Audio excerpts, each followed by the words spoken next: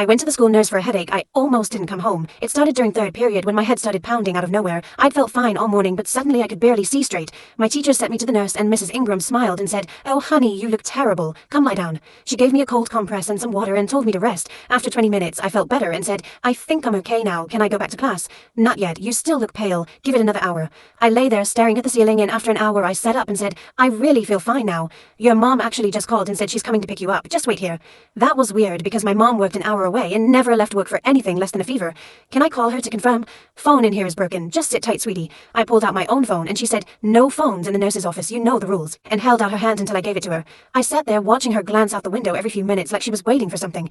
"Can I at least use the bathroom?" "Use the one in here," she said, and pointed to a tiny bathroom attached to her office. When I came out, she was texting someone and smiling. "Your ride's almost here. My mom drives a blue minivan. Can you tell me when you see it pull up?" "Of course, sweetie." A few minutes later, she looked out and said, "She's here. Grab your backpack." I looked outside and saw a white SUV I'd never seen before with a man sitting in the driver's seat. That's not my mom's car.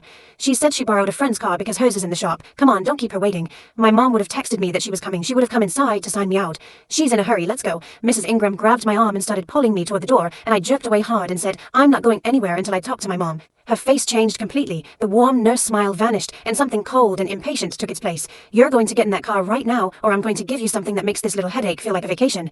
That's when it clicked. The headache that came out of nowhere in the middle of third period, right after I drank the juice box that Mrs. Vance, the lunch lady, had given me in the hallway. She'd said it was left over from the kindergarten party, and I looked like I needed a little pick-me-up, and I thought it was so nice of her.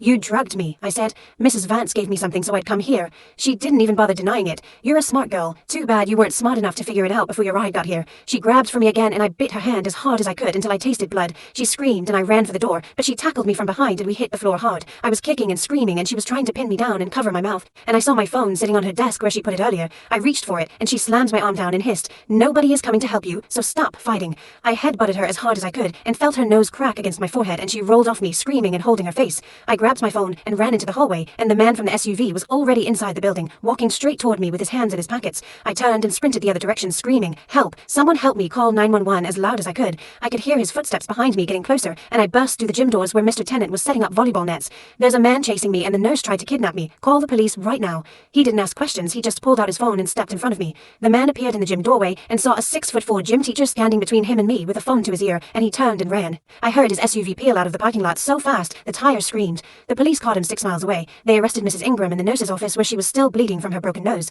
They arrested Mrs. Vance in the cafeteria where she was already preparing another juice box for another girl in 5th period. The man had a list in his glove box with 4 names on it, and mine was at the top. They'd been running this operation for 2 years across 3 schools. 7 kids went to the nurse with a mysterious headache and never came home. The police found 5 of them. They're still looking for the other 2.